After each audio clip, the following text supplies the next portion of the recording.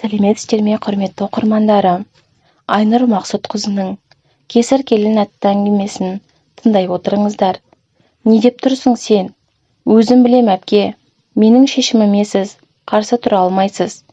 Сен ең болмағанда ата-анамыздың әруағын сыйласаңшы, үлкен ағаларымыздан неге рұқсат сұрамайсың? Сен неге бізді сыйламайсың? Сендер емес менің өмірімді сүретін. Өмір менікі. Кетем дедім, бітті. Ақымақ, Алматы үлкен қала. Сен ол жақта ешкімді танымайсың. Туысың да жоқ. Тәуекел, кластастарыма бара жатыр. Аштан өлмеспін, деп Айзере бөлмеден шығып кетті. Екі тізесін сезбей еденге жайылған алқызыл кілемнің үстіне екі балтырына гүрс еткізіп отыра кеткен Айсара ашуға булыққаны сонша туған сіңілісін өз қолымен тұншықтырғысы келіп тұр. Бірақ болмайды. Өйткені ол қыз бір күнде бұл өмірден бірге кеткен ата-анасының аманаты.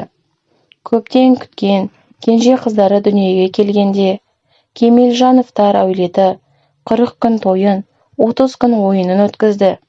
Егіз ұл Бақдәулетті және Нұрдәулеттен кейінгі қыз Айсараның арасы 1 жас еді.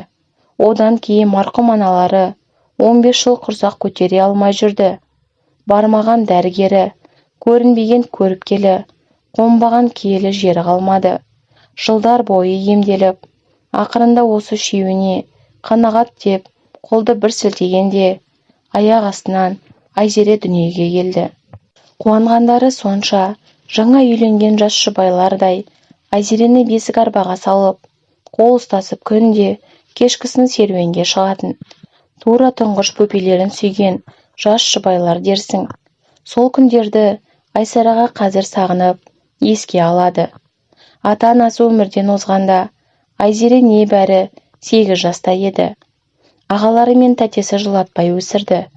Тұмсықтыға шоқтырмай, қанаттыға қақтырмады. Айзеренің ақ дегені алғыз, қара дегені қарғыс болатын. Үйдің үлкені Бақдәулет алғашқы келіншегімен осы Айзеренің кесірінен ажырасып кеткен еді. Мәпелеп өсірген бауырлары ақырында шолжаң, ерке, көкбет болып шыға келді. Енді міне 9-ды бітіріп, Алматыға кетем деп, әпкесімен бет жолса ұрсып отыр. Айсара ата-анасының көзі тірісінде үйден ұзатылып, бөтен жұртқа келін болды. Ата-енесі өте ақылды, сауатты кісілер. Күйеуі Сабыржан және қайынапасы Дидарлы да тура әкесі мен анасы сияқты сауатты жандар. Екеуі де білдей дәрігерлер. Сабыржан нейрохирург болса, Дидарлы хирург-травматолог. Осындай әулетке келін болғанына Айсара қуанды. Негізі бұл үйде тағы бір ұл бар, бірақ ол асыранды ұл еді. Оның кімнің баласы екені тек ата-анасынан басқа ешкім білмейді. Есімі Ақылжан. Ақылжан десе ақылды жан. Жігіттің сұлтаны, каратэ-до деп аталатын спорт түрінің бірнеше дүркін чемпионы. 11-ші сыныпта аяқтай сала, Алматыға өз білімімен грантқа оқуға түсті. Ол да бауырларының соңынан еріп, медицина саласына бет бұрып отыр. Биыл 1-ші курсын үздік бітіріп, ауылға жазғы каникулға келді. Еңбекқор жігіт қарап отырмай, ағасымен бірге мал жайғап, қысқы отын жарып, бастырма жөндеп, біраз тіршілікке қолғабыс етіп жатыр. Қаланың шетіндегі саяжай типте ауылда тұрса да, көгілдір отын келе қоймаған. Жаз бойы Ақылжан осылай қысқы отынды бұтап, дайындап қояды. Қалада бір емес, бірнеше пәтерлері, тіпті 2 қабатты коттедж үйлері болса да, Сабыржан ата-анасының көңіліне қарап, ауылдан кетпейді. Қалаға көлігімен қатынауды да еш жүк көрмейді. Айсара кәдімгі ауылдың тіршілігін әбден ұршыққа еріп, дөңгелетіп отырған келін. Ата-анасына ауылдың табиғаты мен таза ауасы өте ұнайды. Денсаулықтарына да пайдалы. Сондықтан бұл отбасы алдыңғы қатарлы бай-қуатты, мал-мүлікті кісілер болса да, ауылға қарапайым өмір сүруде. Тәрбиенің тал бесігін тербеткен ата-әжесі бар қара шаңырақта. Бұл үйдің ішінде үлкендер түгілі балалардың да артық дыбысы шықпайтын ешқашанда кішісі үлкенінің сөзін бөлмейтін. Бұл сән Айзере келін болып түскен күні көзден бұлбұлдай ұшқан еді. Дегеніне жеткен Айзере ақыры Алматыға кетіп тынды. Екі ағасында Айсараны да елеген жоқ. Нұрдәулеттің мінезі тым қатал еді. Қарындасын ұрғысы да келген еді. Бірақ Бақдәулет інісін тоқтатып, сабырға шақырды. Айзерені үлкен ағасы өз Алматыға ертіп апарып, оқуға түсіріп, жатақханаға орналастырып берді. Қолына біраз ақша беріп, азық-түлігін толтырып, киімін бүтіндеп қайтты. Қыркүйек басталып, Айзере оқуға кірісті. Қаржы саласына оқуға түскен болатын. Бірақ 9-дан кейін келген студенттерге бірінші курстың бірінші семестрі 10-шы кластың бағдарламасын, екінші семестрін 11-шы кластың бағдарламасын оқытады. Айзереге мектеп бағдарламасы қызық болмады. Қыркүйек бойы сабақтан қалмай жүруші еді. Группаластарымен танысып, ырқ-жырқ фотоға түсу үшін ғана баратын сабаққа. Кейін группаластарымен басы піспей, бір айда тең жартысымен ұрсысып қалды. Ол үшін оқу қызық болмады. Қазан айынан бастап сабаққа бармай, жатақханада жата беретін. Ағасы қалдырған ақшаның түбі көріне бастаған соң жұмысқа шықты. Жатақханаға жақын маңдағы кафелердің біріне даяшы болып орналасты. Оқуы жайында қалды. Бір аптада бір рет ғана барып, ақыры аяғында бірінші семестрден кейін ақ оқудан шығарылды. Бірақ ол жақында үйіндегілеріне тіс жармады. Оқу ақысына және тұрмыс тіршілігіне деп екі ағасы кезектеп ақша салатын. Айзере ойланбастан өтірік соғып, салған ақшаны жұмсап жүре береді. Оқудан босатылған соң жатақханадан да қуылды. Жұмыссыз қыздарымен бірге пәтерге шықты. Темекі тартып, сыра ішуді бастады. Көлігі көк, тамағы тоқ. Күндердің күнінде Айзере ойнап жүріп от басты. Аяғы ауырлап қалды. Баланың әкесі нақты кім екенін де өзі білмейді. Аяғы ауыр екенін білген қыз не істерін білмеді. Жүктіліктің 4-ші аптасы. Жасанды түсік жасатайын десе, жансы 30-ге толмаған қызға ондай түсікті жасауға ешбір дәрігер келіспейді. Құрбыларының айтуымен дәрі ішті. Бірақ толығымен түспеген. Ақыр аяғында сәтсіз аяқталған жүктіліктің кесірінен ауруханаға жансақтау бөлімінен бірақ шықты. Амалсыз Айсараға қоңырау шалуына тура келді. Жүрегі аузына тығылған әпкесі дереу жиналып Алматыға ұшты. Әуежайдан тікелей ауруханаға келіп, дәрігерлермен сөйлесіп, сіңілісін аман алып қалды. 10 күннен соң Айзеренің беті бер қарап, әпкесімен сөйлесуге жарады. Айзере, баланың әкесі кім? Білмеймін. Білмеймін несі? Сен немене сонда кім көрінгеннің қойнына құлай бердің ба деп, Айсара ашуға бой берді. Айқайламаш маған, сен қалай бейқам сөйлеп тұрсың? Оқудан шығып кетіпсің. Оқымаймын мен, қызық емес. Саған не қызық сонда? Саған не қызық сонда? Өзің емес пе оқимын деп безілдеген кезінде. Я лишь бы хотела свалить от вас деп Айзере орысшалап жауап берді. Неменеге свалить етесің? Саған біреу күн бермеді ме? Екі жеңгең екі періштең сияқты айтқаныңның бәрін жасайтын. Жаман жеңге деп кезінде ұлтуарды қудыртып жібердің. Ағаларымыз үшін екі жеңгеміз сенің тозағыңа көніп отыр демес пе? Не жетпейді осы сағана? Сара, отвали от меня. Надоели вы все мне, ай қарағым. Кто кому надоел это, уже всем ясно. Қоя ғой. Сен шығар әбден мезімізді шығарған. Онда неғып келдің? Келмей-ақ қоймадың ба? Өле салатын едім ғой. Бұлай сарайтыныңды білгенде келмес едім. Қараш айтып тұрғанын. Ну все, келесі жолы келме. И вообще забудьте про меня. Я жарайды келістік. Сен де хабарласпа онда деп. Айсара ауруханадан кетіп қалды. Ертесіне ұшақпен үйіне қайтты.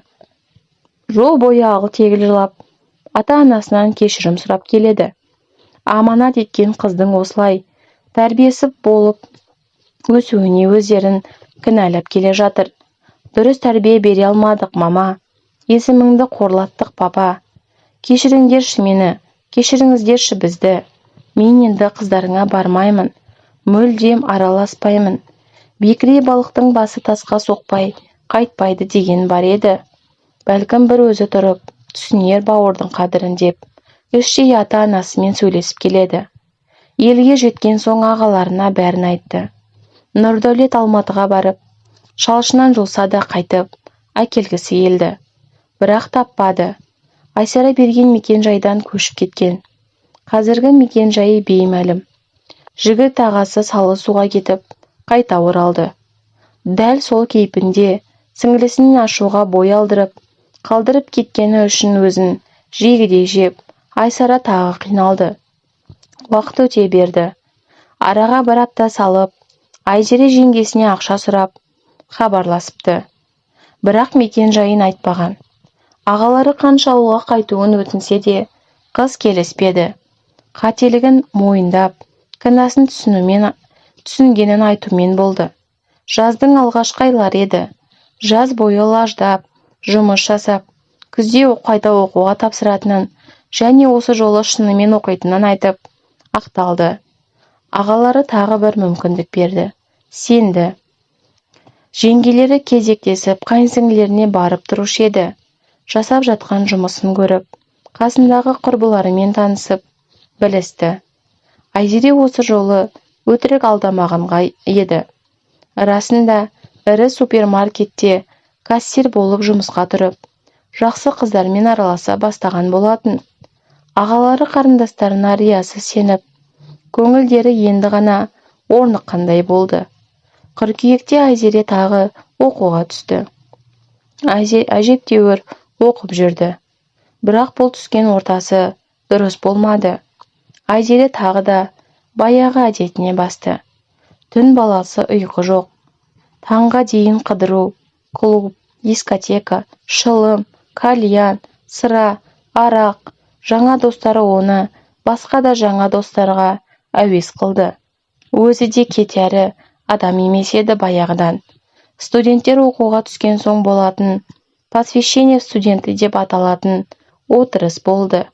Сол отырыстан соң араққа сылқия толған бір топ жастар қаланы көлікпен аралаймыз деп көлік апатына түсті. Ішінде Айзере де бар. Ауыр дене жарақаттарымен тағы да жансақтау бөліміне түсті.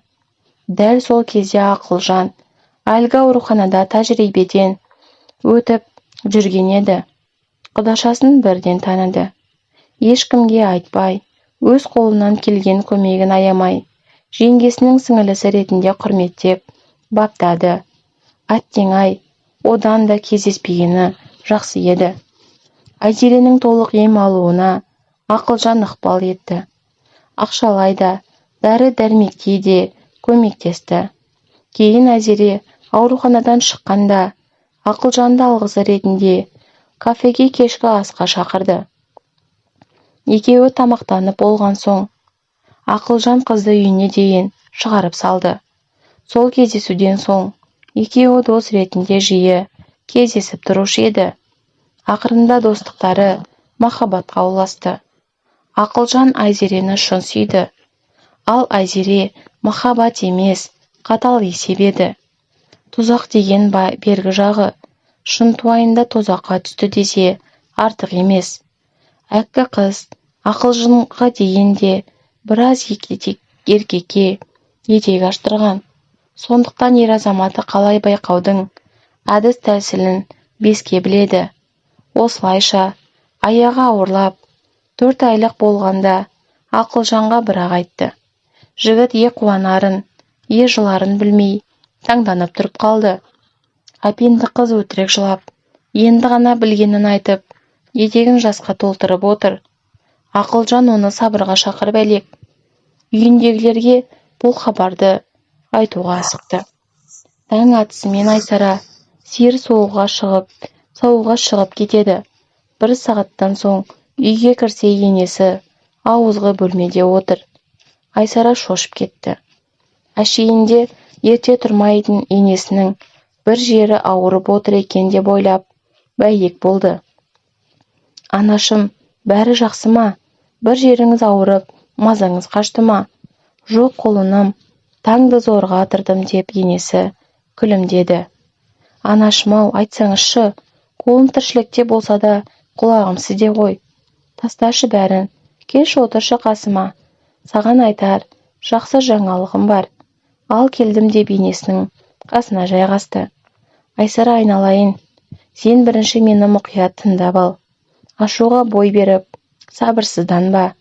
Саған айтар, жаңалығым жақында, абысынды боласың. Ақылжан үйленемін дейді. Апа-ау, бұл қуаныш қой, мен неге ашулануым керек? Апа, сіз де қызықсыз, деп еш нәрседен хабарсыз, Айзере мәз. Дұрыс қой? Әрине қуаныш, мен де қуанып отырмын. Түнде айтты балам, кірпік қақпадым. Мен тіпті тойдың қалай жасайды, қалай өтетінін жоспарлап тастадым. Зерешімнің қандай көйлек киетінін де қиялдап қойдым. Бірақ қазіргі жастар өз қалауымен киінеді ғой, я? Мейлі, өзі таңдап киеді. Зерешімнің еш нәрсені де аямаймын. Апау, зереш деп қоймайсыз. Қандай зереш ол? Қайзақтың зереші? Болмай жатқан келіннен мені қызғанайын дедім сізді. Маған қарамай қоймайсыз ба деп, Айсара енесінің иығына басын қойып еркеледі. Қой қызғанба, жат емес, өзіміздің Айзере ғой. Қызым, сен ашуланба, ата-ананың көзін көрдім. Айзеренің бала кезінде тұл жетім болып, өмір қатты сынағанын білемін дей бергенде, Айсараның екі құлағы шуылдап кетті. Ішінен өзінің сіңілісі туралы әңгіме болып жатқанын біліп тұрса да, бойындағысы келмеді. Алламай, тек Айзере болмаса екен. Ол сайтан ерке баланы қайдан ғана тауып алды екен. Ойбай-ай, ойбай. Сіңілімді қайныма емес, керісінше қайнымды сіңіліме қимаймын. Обал болатын болды-ау деп, ішкі ойларымен арпалысып отырғанда, енесі оятып жіберді. Ау апа, Айзере біздің Айзере ма? Қалай сонда ерке бала? Екі сөздің басын мүже берді. Ай қойшы ая, не көрін соншама таңырқап? Жастар тапқанда бір-бірін. Екеуі ат құлындай тебісіп, ойнап өсті емес пе осы? Тағдыр шығар, сен менің айым болсаң, зерешім күнім болады. Уайымдайтын едім. Алматыдан басқа елдің танымайтын шөп желкесін әкелеме деп баламды. Дұрыс болды, жақсына жатқа берме деген бар. Көз көргенімнің қызы. Негізіме бағы бар ана екенмін деп, енесі арманның ерттеп, біраз жерге дейін шапты. Апау, сонда ол қалай болғаны? Апалы сіңілі екі қыз бір үйге келін болған алай. Еш нәрсе етпейді. Бағдәулет пен Нұрдәулеттің алдынан өтіп, қолдан аламын. Елден кем қылмаймын. Сен түкте саспа. Ақылжан мен Айзере біраздан бері сөз байласқан екен ғой. Тойды тездетеміз. Келесі апта Бағдәулетке барамын. Сен араласпа. Хабарды өзім беремін. Апа, неге сонша жылдам? Күз шыға жасармыз. Жоқ, күте алмаймыз деп енесі жанарын жасырды. Бір пәлекетті сезген Айсара да сұрап қоймады. Апа, асығуға себеп бар ма? Сен тек ұрыспашы. Апа, не үшін ұрысуым керек, айтыңызшы енді. Зерештің аяғы ауыр екен. Мен бірақ ол үшін қуанбасам, ренжіп тұрғаным жоқ. Қазір жастардың бәрі солай үйленіп жатыр. Ешкім күлмейді. Бала да өзімдікі, келін де өзімдікі деп, енесі бой бермеді. Айсараның қан қысымы жоғарылап кетті. Бөлмесіне барып жатып қалды. Түскі асқа да, кешкі асқа да басы көтерместен 2 күн дәл осылай жатты. Енесі бәрін сөзсіз түсініп жүр. Оның ойында Айсара Айзеренің аяғы ауыр болғандықтан ренжіп жатыр деген ой. Ал негізінде Айсере сіңілісінің әбден бөлінген арын уайымдауда. Той ойдағыдай өтті. Айсараның енесі Ақылжан кенже балам деп аянып қалмады. Бағдәулет пен Нұрдәулеттің алдына барып, үлкен басымен аяқтарына жалынардай болып, Айзерені сұрап, қолдан алды. Аяғы ауырлап қалғанында ұрыспауларын өтінді. Көңілді аппақ ханымша, құдағи Айзере де өзінің әпкесі Айсарадай адал келін болатынына сенімді еді. Сондықтан болар, Ақылжан мен Айзеренің тойын өте жоғары деңгейде өткізді. Эстрада әншілерін шақырып, құдайлыққа да заманауи форматта керуенмен барып, алтын әшекейлер мен қондыз тоңдар кигізді китке. Тойдан 2 жасты Туркияға демалуға балайына жіберді. Міне, ұлы мен келіннің балайынан келер уақыты таяп қалды. Жас келіннің қолынан әдемілеп шай ішіп үлгермеп еді тойдан соң. Сол сәттің туар уақыты жақындаған сайын толқып жүр. Жас жұбайларды ұшақтан Сабыржан мен Айсара күтіп алды. Айсара үйге келем дегенше, сіңілісіне біраз ақылын айтқысы келіп, күйеуіне ере шыққан еді. Есерсоқ Айзеренің бір нәрсе бүлдіретінін білді ғой. Айтқаны айдай келді. Жездуха деп жездесі мен әпкесін көре сала, Айзере әуежайды басына көтеріп айқайлады. Айсара ұяттан өртене жаздады. Сабыржан болса, жымиып келіншегіне қарап, «Жаным, не переживай, всю жизнь я для нее был жезде, и останусь жезде.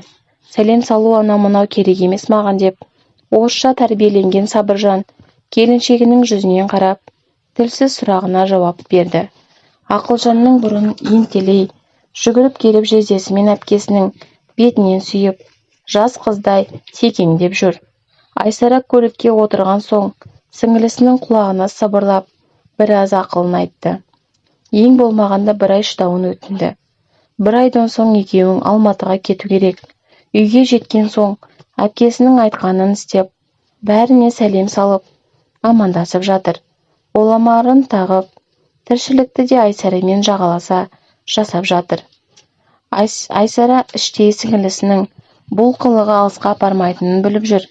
Ханымша апай мәз. 2 апалы сіңілі қыз абысынды келін болып шауып жүргеніне қуанышы ұзаққа созылмады. 2 аптадан соң орын алған жағдай мына жағдай талай сорақылықтың бастауы еді. Дидарлы еңбек демалысын ауылға қыдырып келген еді. Жасы біразға келсе де, тұрмысқа шықпаған Дидарлы үнемі келген сайын үйіндегілерге қымбат сыйлыға келетін. Осы жолы да барлығына бірдей қалып, алтын сақиналар, қымбат киімдер, балаларға ойыншыққа келіпті. Өзі де бар әдеміні киіп, бар жалтырағанды тағынады. Шай үстінде Айсараның көзі Дидарлының мойнындағы алтын алқамен салпыншаққа түсті.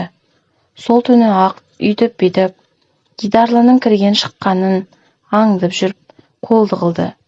Оны білген Дидарлы үйді астан-кестен қылып іздеді. Бұл үйде ешқашан ондай жағдай орын алмаған.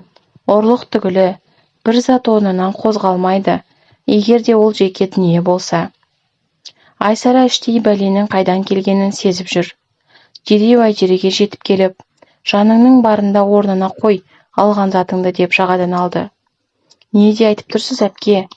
Не, үйдегілер білмей тұрғанда орнына қой дедім саған. Нені? Ақмақ болма, білемін мен сені.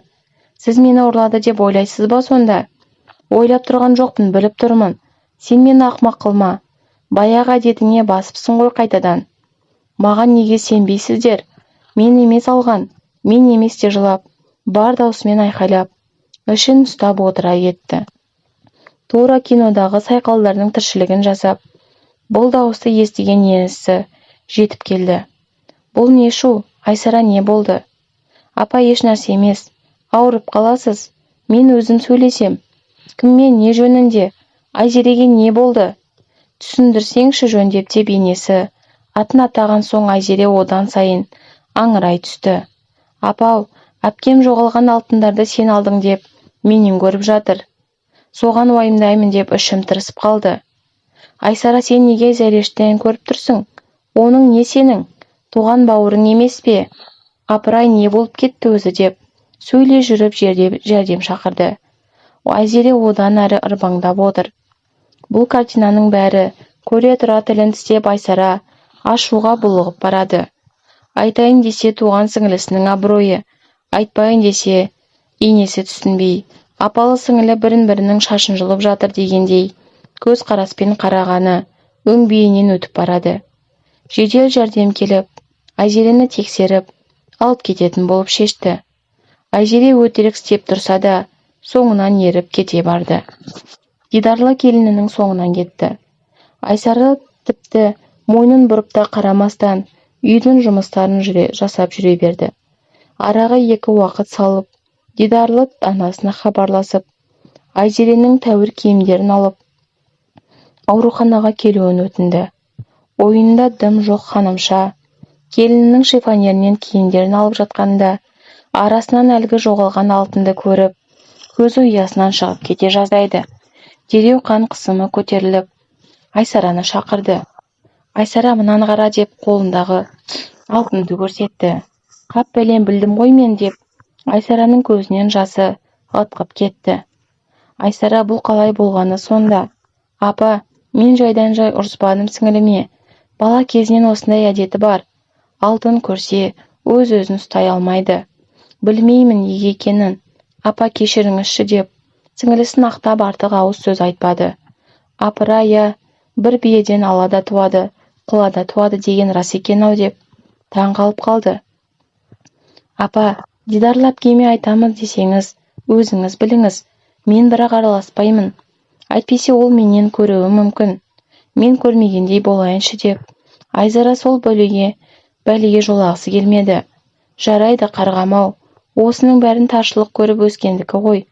Мүмкін ата-анасы болса, олай жасамас па еді. Сен болсаң тұрмыста болдың. Жеңгенің аты жеңге қашанда. Қажетті тәрбиенің жоқтығы шығар. Тәуекел жаным, сен уайымдама, ақырындап жөнге келер деп. Ханымша ана, келінін әлі де жамандыққа қима тұр. Лайым солай болсын апау деп, Айсара енесіне әрдайым тілекші екенін білдірді. Енесі мен келіні алтынды ақырындап қана Дидарлының сөмкесіне салып қойды. Ешкімге айтпауға уәделесті. Дидарлы үйге келген соң, бірнеше күннен кейін алтынды сөмкесінен тапты. Айзере іштей Айсара тауып алып, орнына қойған деген оймен жүр. Енесінің білетінінен мүлдем бейхабар. Ханымша апа, кіші келінінің көңілі қара қазандай болды. Айтайын десе үй ішінің ауызбіршілігін бұзғысы келмеді. Жасы 18-ге енді толған қыз баланы екенін ескеріп, әлі оны мен солын ажырата алмай, жас келіншектей көрді.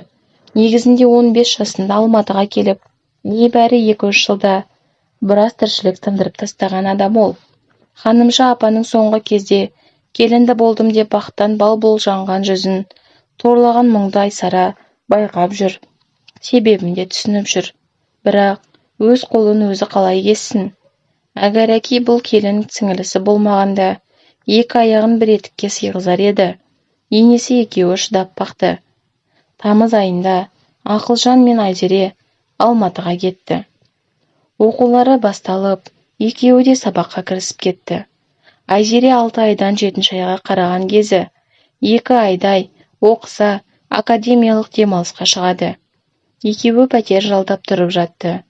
Айзере қыркүйек басталғаннан бері 2 рет қана сабаққа барды. Ұйқысын қимай жата беруші еді. Күйеуі сабақтан келгенде тамақ шай дайындаудың орнына дайын тамақ жегісі келетінін сылтауратып тапсырыс беретін. Ақылжан аяғы ауыр келіншегінің көңілін қимай айтқанын істейтін. Кейде өзі тамақ дайындап жасап жүреді. Уақыт өте берді.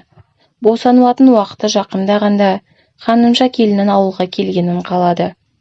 Ақылжанның хабарласып, келіншегің ауылға келуін сұрады. Бірақ Айзере үзілді кесілді қарсы болды. Ханымша апа амал жоқ, Алматыға өзі баруға тура келді. Айы күні жетіп, Айзере ұлды болды. Ханымша апа жас сәби мен анасының жағдайын жасап, келінге өзі келін болды. 40 күн суға түсіріп, оқалап, 5-ке бөлеп, қолынан келген көмегін көрсетті. Қолы бос болса, Айзереге өсиетін айтып, ақыл беруші еді. Адалдық, тазалық, үлкенді сыйлау сынды әңгімелерімен бөлісетін.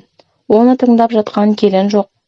Бір құлағынан кіріп, екінші құлағынан шығып жатыр. Есіл деті Инстаграм. Айзере есін жиып, белі жазылса да, Таңнан кешке дейін төсектен тұрмай, сотқа шұқылап жата беретін. Әлсін-әлсін қарқылдап күліп, ұятсыздығын көрсететін. Күйеуі келсе, ауырып жатқан адамның кейпін көрсете қалатын. Бірақ құрбылары келетін болса, тамақ жасап, тәттілер пісіліп, шапқылап кететін. Бір күні Ақылжанға келіншегінің тұрмастан жата беретіні ұнамады.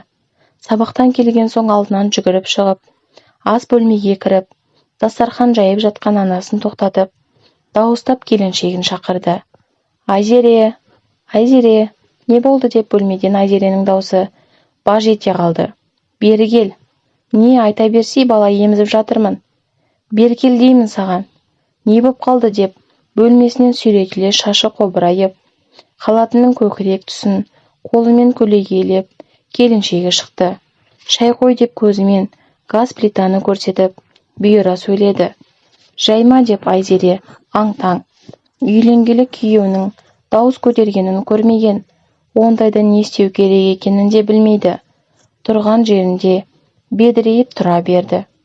Жүгіріп барып шайнекті алудың орнына енесіне ала көзімен қарап тұр. Мұнысын көрген Ақылжан одан бетер ашуланып кетті. Ей, мен саған не деп тұрмын? Не айғайлап тұрсың деп күйеуіне қарсы жауап қайтарды. Сен не бажылдап тұрсың? Мен саған шай дайында дедім. Мама саған малай ма не? Не жаты сенікі таңнан кешке дейін? Дорогой, мен еріккеннен жатқан жоқпын.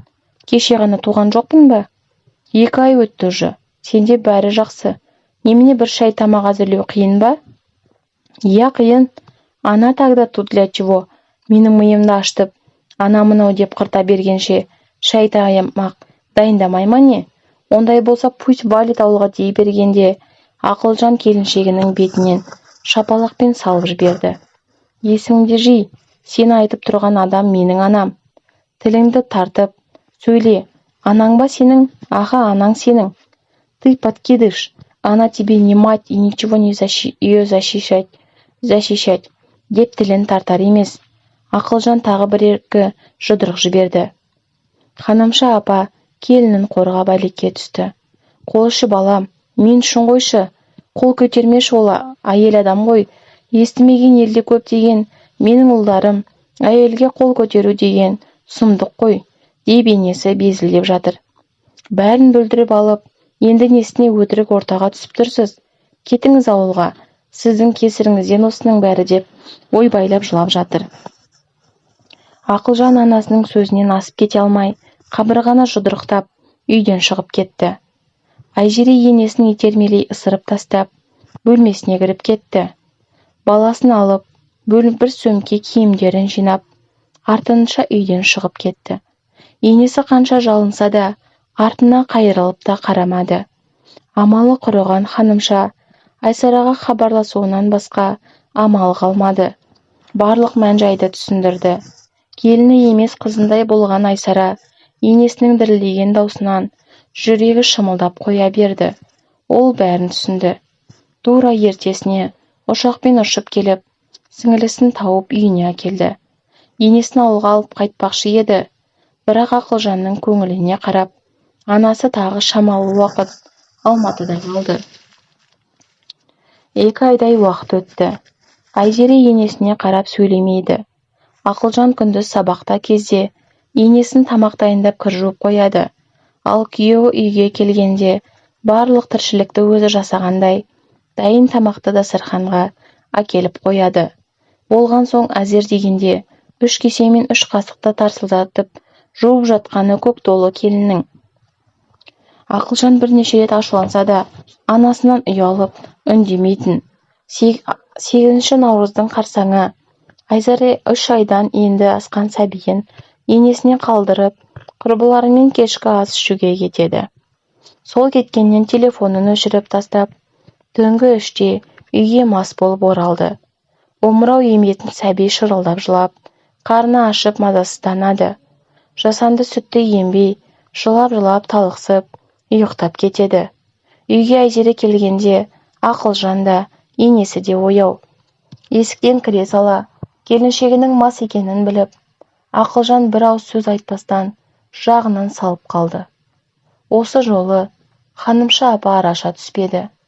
Келіншегін сілкілеп, ваннаға жетектеп апарып, суық сумен есін жиғызады. Айқай-шудан баласы оянып кетіп, қайта шұрқырап жылай бастады. Аяғын зорға басып тұрған Айзере төсегіне құлай кетіп, баласын кеудесіне құшуға да шамасы келмей ұйқыға кетеді. Ендінесі бөпені өз анасына жақындатып, келіннің омырауына тақап еміздіреді. Ханымша апаның көзінен жас парлап, көрген қорлығым-ай деп еңкілдеп, азарланды. Тастап кетейін десе немересімен баласын аяйды. Амалы құрыды. Не істерін білмеді. Ертесіне Ақылжан сабаққа бармады. Түс ауа оянған келіншегін әңгімеге шақырды. Айзере, мен сенімен ажырасамын деп дөп басып бір-ақ рет айтты. Шешесі мақын үйретіп қойды ма деп миығынан күліп кекетіп отыр Айзере. Айзере, тіліңді тарт немесе не, ұрасың ба? Ұра бер. Маған уже бәрібір. Мне все это надоело. Не надоело, айтшы. Неден шаршап жүрсің? Бала емізгеннен ба? Бала тут ни при чем. Сенің мамаңмен бірге тұрғаннан. Ол болса мына бала. Кімге керек? В смысле, бала менікі, өзіме керек. Саған керек болса кешегі жүрісің не? Әдейі істедім. Кетсің шешең. Без нее справимся. Кетпейді, сен кетесің. Онда маған квартира алып бер. Кетемін. Бірақ баланы алып кетемін. Жүрейін сол ханымшамен қатынша арпалысып дей бергенде, Ақылжан тағы қол көтере жаздады. Анасына берген енді ұрмауға ант бергені есіне түсіп тоқтай қалды. Оттапсың, аштан өлтіресің мына баланы.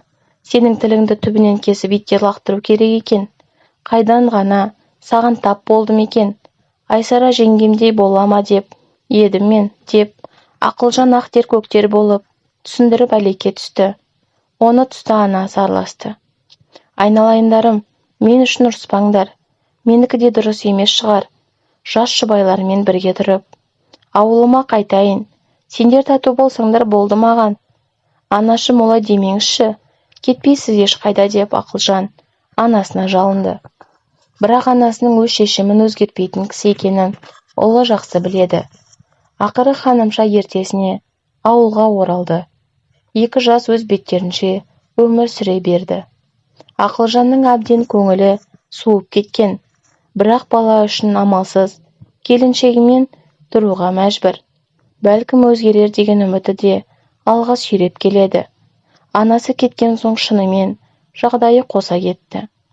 Дәмсіз тамақ, үтіктелмеген киім, тағысын тағылар, әбден зығырданын қайнатып, одан қалды Айзеренің қыдырулары да азаймайды. Тіпті баласын көршілерге де қалдырып та кете беруші еді. Бірде мас болып келсе, бірде таңға жоқ келеді. Ақылжан шыдап келеді. Оған бәрібір. Келіншегіне деген махаббаты өшіп қалған.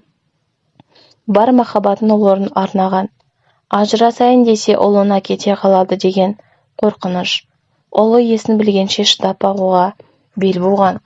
Арада уақыт тым жылдам ғой. Ит пен мысықша ғұмыр кешіп жүргенде ұлдары бір жасқа толды. Алғаш жасын ауылға барып той жасамақшы. Тұсауын кесіп, ағайын мен маңайын жинап, той бермекші ата әжесі. Сор жоспарланған тойға бір күн қалғанда Ақылжан мен Айзере ұлдарын алып ауылға келді. Келін болып қызмет жасаудың орнына өзінің ауылына кетіп, кластастарына барып, қыдырып келді. Айсараны мүлде адам сыңбайды. Ертесіне той, бәрі ойдағыдай өтіп жатыр. Тойдың аяғында Айзере көрінбей қалды. Ұшты күйлі жоқ. Адам аяғы тарқаған соң, жақын жоқтары қалып шай ішіп отырған Айзере келді. Қайдан келгені белгісіз, тағы да мас. Үй іші көріп шошып кетті. Атасы, Сабыржан, дидарлылар ешқайсысы келіндерінің бұл хақлығынан хабары жоқ еді. Ол кезде Бағдәулет пен Нұрдәулеттер келіншектерімен бірге сол үйде еді. Қарындастарының мына пошымынан ұялып кетті. Мінезі ауыр Нұрдәулет Айзерені оңашаға шақырып, Бет-аузы көк ала торғайдай болғанша жұдырықтап әбден сабап алды. Енесі араға түсіп, ажыратып шырылдап жүр. Бүкіл ауыл бұл келіннің масқарасын біліп, бұл әулет әбден абыройдан жұрдай болды. Ертесіне Ақылжан сілімтігі шыққан келіншегін алып, Алматыға қайтуына тура келді. Ағасынан таяқ жеген соң қоятын шығар деген үміті де жоқ емес еді. Бірақ олай болмады. Алматыдан келген соң 2 аптадай уақыт өтіп, бет әлпеті ретке келді. Айзере жұмыс іздей бастады. Ұлын балабақшаға орналастырып, жұмыс істеймінге салды. Ақылжаннан ақыл сұрап жатқан келіншегі жоқ. Жұмыс тауып кірісе кетті. Ойынханалардың біріне кассир болып істеп жүрді. Түн баласы ауысыммен жұмыста. Күндіз ұйқы. Осылайша уақыт өте берді. Ұлдары 2 жасқа толды. Сабаққа барарды Ақылжан. Баласын балабақшаға апарып, кешкісін өзі әкеліп, тамақтандырып, жуындырып бауырына қысып, өзі құшақтап жататын. Ұлы анасын тіпті іздемейді де. Ақылжанның интернатурасы басталғанда, баланы кешкісін уақытылы әкетуі қиындап қалды. Кейде түнгі ауысымға қалады. Айзереден үміт жоқ. Оның тіпті бар жоғы білінбейді де. Екеуі бір шаңырақта тұрса да, апталап бірін-бірі көрмейтін. Сенбі-жексенбі күндері бала ұйықтатпайды деп құрбыларының үйінде қонып қалатын. Ақылжан қайтадан анасын шақыртты. Осы жолы ханымша апасы барғысы келмеді. Еңбек демалысына шыққан соң Дидарлы барып қарайтын болды балаға.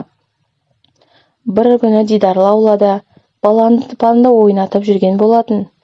Бір кезде подъезд алдына қара машина тоқтады. Дидарлының көзі еріксіз әлгі көлікке түсті.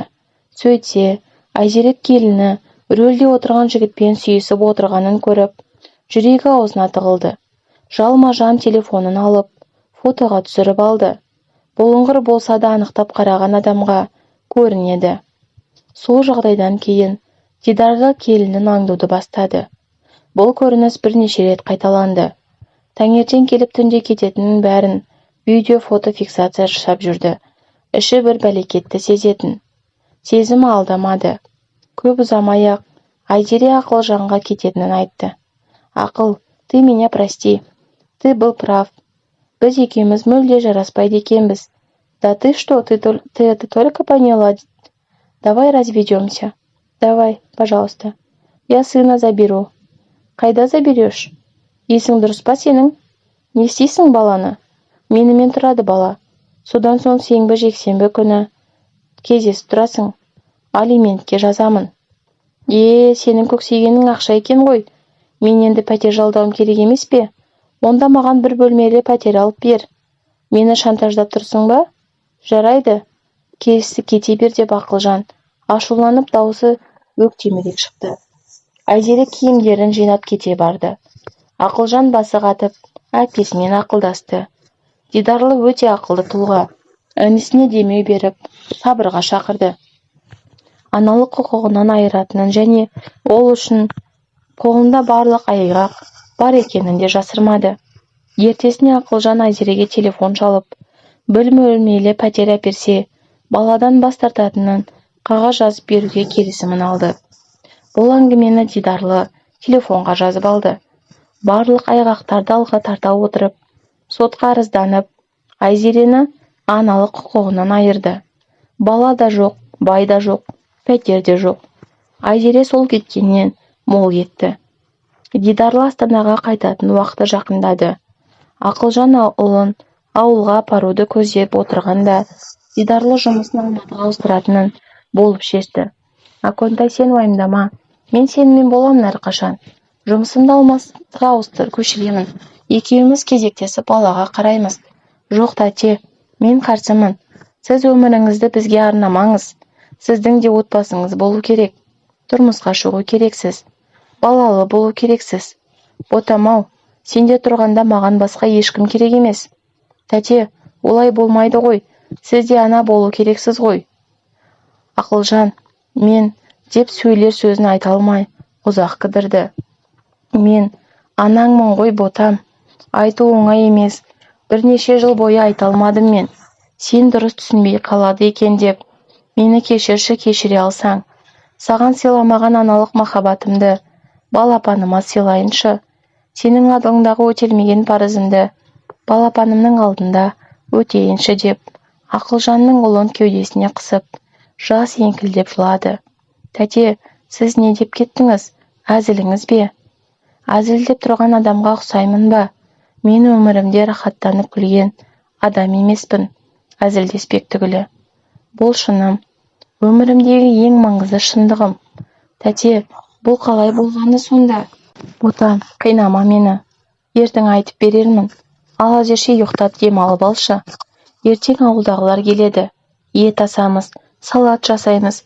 Тіршілік деген бастан асады, деп Дидарлы сөйлей жүріп, баланы алып бөлмесіне кіріп, тура әңгімеден қашқан жас өспірім қыздай, Ақылжан стол басында отырып, болған әңгімені қорыта алар емес. Не болса да, ертең ауылдан анасы келеді. Анам келген соң бұл мәселені қайта көтереріне сенімдімін. Иә, Дидарлы Ақылжанның анасы, оның басынан өткен әңгіме өз алдына бір бөлек. Жақын арада Ақылжанның анасы деген тақырыппен ол әңгімеде қалың оқырман қауымына жол тартады. Айзере сол кеткеннен мол кетті. Баласын іздеп те келмеді.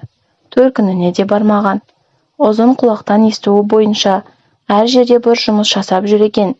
Өзбек жігітке, одан соң орыс жігітке күйеуге тиіп, өз бақытынан басынан тепкен қыздың тағдыры осылайша тәлтіректеп қалды.